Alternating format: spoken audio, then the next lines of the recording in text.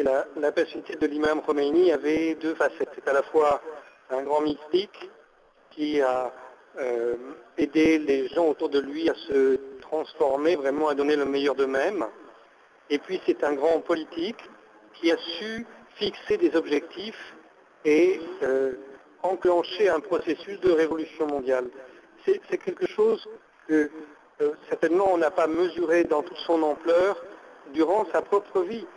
Mais aujourd'hui nous voyons ce mouvement dans l'ensemble du monde arabe, mais il n'y a pas de raison que ça s'arrête au monde arabe, et il n'y a pas de raison que ça s'arrête au monde islamique, parce que c'est une personnalité qui a amené des éléments à la fois politiques et spirituels qui vont bien au-delà de la culture dont il est issu.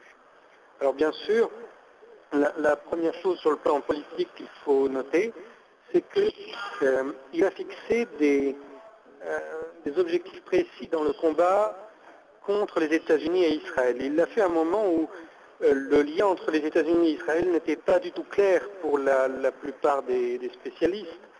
Et lui, il a tout de suite vu comment cela fonctionnait.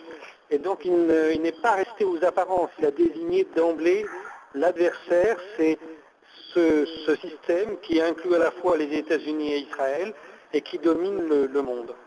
Bon, et puis aussi, il a expliqué que le but de la vie politique, ce n'est pas simplement changer le monde, c'est se changer soi.